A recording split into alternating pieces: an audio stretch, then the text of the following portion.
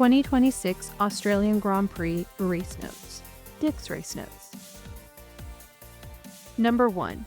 To no one's surprise, Mercedes looked pretty strong all weekend, especially with their race pace. George Russell drove a very composed race and won fairly handedly. I would not say it was easy, while Kimi did a great job of recovering from a bad start to slot into second behind his team leader. Number 2. Ferrari looked very strong on pace, but once again, their strategy calls, or lack thereof, were pretty baffling. Lewis Hamilton called them out for it, asking if they should pit at least one of their cars to cover Mercedes, and he was right to do so.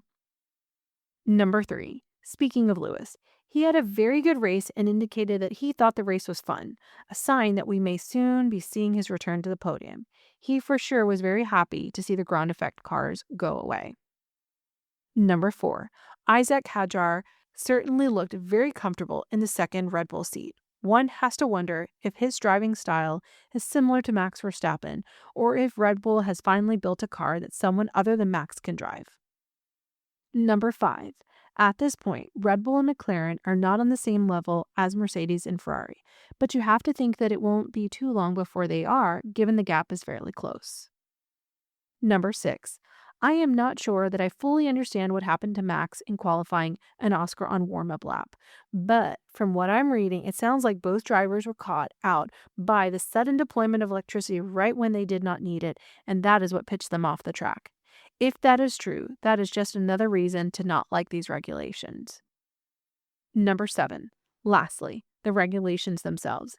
Yes, the opening laps were fun to watch as George and Charles swapped places, but it was artificial racing. The passes happened as a result of one car running out of electrical energy and the other car pouncing to take the lead, only to lose it again when the leading car lost its electricity and the second car repassed for the lead.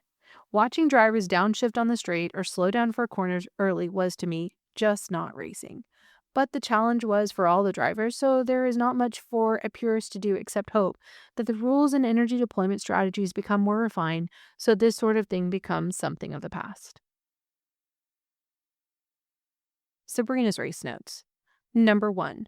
The new regulations, theory meets reality. This was only one race, and the first race, and I think everyone was learning as they went. With strict limits on testing and a compressed window between seasons, this is the moment when theory collided with reality.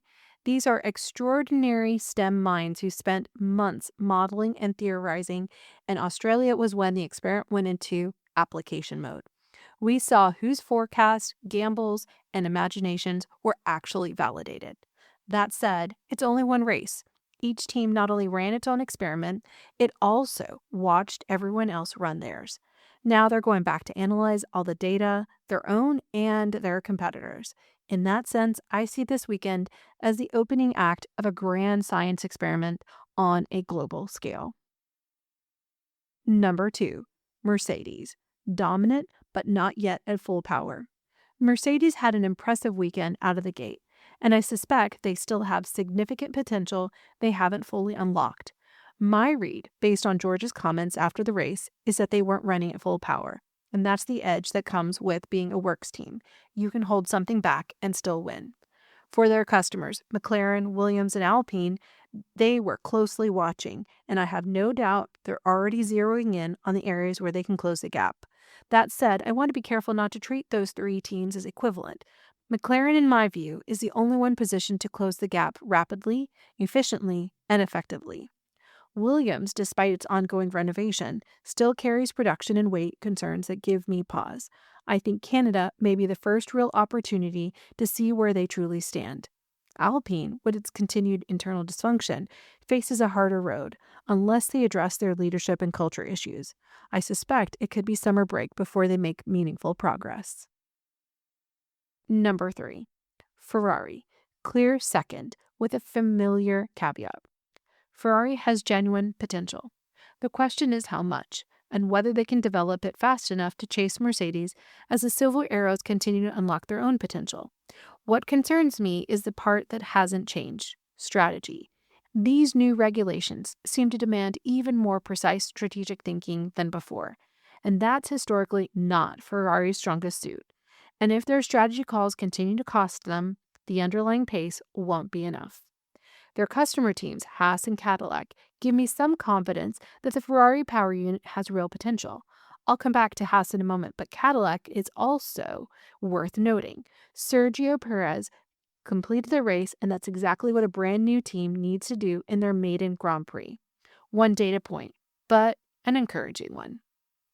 Number 4. Ollie Behrman and Haas playing the long game.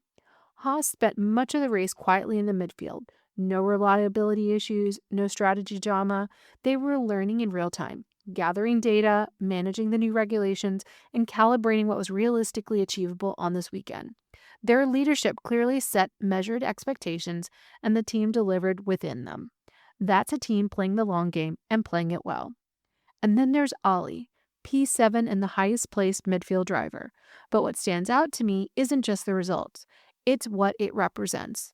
This is only his second year in Formula One, and now he's also navigating a complete regulation change. That's a significant ask for any driver, and yet he handled it. He showed pace, composure, and the kind of adaptability you can't manufacture. None of this should have come as a surprise, really. We saw something in him from his very first F1 appearance. That initial call-up told us that this was a driver who could handle pressure and perform when it counted. What I'm watching for this season is his consistency. He has the skill. We've established that. But as he continues to mature in this new regulatory environment, the question becomes whether he and the team can build on this weekend rather than treat it as a ceiling. I think they can. Ollie is someone we should all be keeping a close eye on this season. Number 5. Red Bull and Ford. Intriguing, with real questions. Red Bull surprised me in mixed ways. Let me start with Isaac, because I think his weekend deserves real recognition. Going into this season, there were genuine concerns about him. The second seed curse at Red Bull has claimed talented drivers before, and his shunt at last year's Australian Grand Prix added another layer of scrutiny. The preseason conversation around him was cautious, and frankly, I shared some of that caution. But he showed up. He was strong throughout practice, delivered a career-best qualifying lap to go third on the grid, and in the early laps of the race, he was genuinely up there competing. My honest belief is that if the car hadn't let him down, he could have had a real result at the front. That's not small. That's a driver announcing himself. The retirement was gutting, and it told us nothing about his limitations, only about the cars. And then there's the broader Red Bull picture. Max's recovery from 20th was remarkable. Methodical, composed, finding a way to race a car that has been deeply difficult in qualifying. But it was David Coulthard's comment during the broadcast that stayed with me. He noted that the rears locked solid in Max's qualifying incident, and that even Max's reflexes couldn't do anything about it. Think about what that actually means. If this is happening to Max Verstappen, one of the most gifted drivers this sport has ever seen, the problem isn't the driver. The problem is the car, or the regulations, or both. That's a serious question for the formula to answer. What does this look like for everyone else on the grid? What Red Bull and Ford have built together has genuinely piqued my interest. The power unit appears to have a foundation worth building on. Whether they can refine it into something that competes with Mercedes and McLaren comes down to leadership.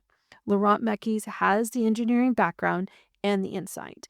But if the broader Red Bull corporate structure doesn't give him the time and space to execute, it won't matter how talented Max is. And I still have the brain drain concerns. Vision without the team to execute it is a deficit that's very hard to overcome. Sister team Racing Bulls had a good showing, which makes me think both teams got enough right out of the gate to stay relevant in the development race this season. Number 6. Albert Park, energy management, and the circuit problem. As much as I love Australia and believe it should remain the season opener, I don't think it was the ideal venue to debut these new regulations. From what I understand, Albert Park is considered one of the most energy-poor circuits on the calendar, and that directly complicated what teams and drivers needed to learn. The battery recharge dynamics that are so central to these new power units didn't play well with this track's layout. That's unfortunate because understanding how recharge actually works in race conditions is vital development data. I hope the next circuits provide better opportunities for teams and drivers and for us as observers to see what this formula is truly capable of. I'll also note that discussions are apparently underway to potentially adjust the 2026 rules, possibly as soon as the Japanese Grand Prix, following further evaluation after China. I think that shows the right kind of responsiveness. No one wants a knee-jerk reaction, but the willingness to keep the conversation open and act quickly if needed is encouraging. Number 7, Franco Colapinto, Liam Lawson, and a safety concern I can't shake. I'll be direct. I was relieved that Franco's near shunt into Liam wasn't worse than it was. But I can't move past it without saying something because I don't think it should be dismissed.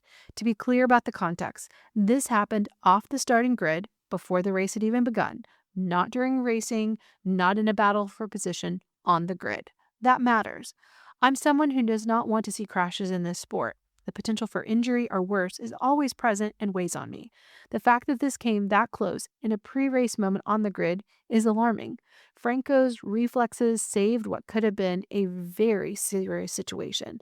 And I think it raises a legitimate question about what's happening under these new regulations, even before cars are properly racing. I'll be transparent about where I'm limited here. I don't have the technical depth to tell you exactly what happened mechanically, but my instinct, and it's just that, an instinct, is something that related to the power unit on Liam's car may not have functioned the way it should in the moment on the grid. Why else would a car behave that way before the race had even started? Landon Norris himself raised safety concerns this weekend about unpredictable behavior under these new regulations. I'm not in a position to connect those dots effectively, but I am in a position to say this needs to be looked at seriously. Because, but for Franco's reaction, we might be having a very different conversation right now. Number 8, Audi, a solid debut, but I expected more. A strong debut for Audi, but I'll be honest, I expected more. Audi isn't really a new team in the traditional sense. They came in with infrastructure and resources. I was hoping they'd be able to avoid the technical issues that plagued the weekend. That said, I was genuinely glad to see Gabriel Bortoleto score points. He's maturing as a driver, and I find myself hopeful about what Audi can build around him. Nico Hulkenberg's non-start was disappointing, but one data point doesn't tell the full story. Number 9, Arvid Lindblad, a debut that announced something special. What a debut. I don't want to overstate it. It's just one race, but Arvid handled the weekend with poise you simply don't expect from a first-time starter. He was smooth throughout practice, methodical in how he built pace and confidence, and then delivered in qualifying and the race. Scoring points on debut is a genuine achievement in this field, and the wheel-to-wheel battle he had with Hamilton showed he wasn't intimidated by the moment or the company. He's someone to watch. Number 10, Oscar Piastri. My heart breaks. There isn't much to analyze here, and that's part of what makes it so hard. Oscar spun on the reconnaissance lap before the race even started, in front of his home crowd. He described it as a combination of bad factors. He was already on the curb, and when he shifted, he got 100 kilowatt power more than he expected or that he had had all weekend, which pitched the car into the wheel spin. The car reacted as it should within the rules. This wasn't a mechanical failure in the traditional sense. It was the new power delivery catching him out at the worst possible moment. He was understandably gutted. His acknowledgement that it was even more painful at his home race felt genuine and understated. He'll bounce back. He's mentally strong, but that one stings. Number 11, Pierre Gasly. Credit where it's due. Pierre is a talent, and this weekend was another reminder of that. Alpine is fortunate to have him, particularly given the ongoing instability within that organization. He consistently finds a way to extract results from a situation that would frustrate a lot of drivers. He deserves the credit. Number 12, Lewis Hamilton. Bittersweet, but a sign of the things to come. 4th place is a strong result in the context of where Ferrari came from last season, but I imagine it feels bittersweet for Lewis, given how close he was to Leclerc at the end. The more interesting question is whether these regulations suit him better. Ferrari clearly has pace. If they can get their strategy right and continue to develop the car, I think Lewis could have a real season. We'll just have to wait and see. And a note on the simultaneous chassis and engine change.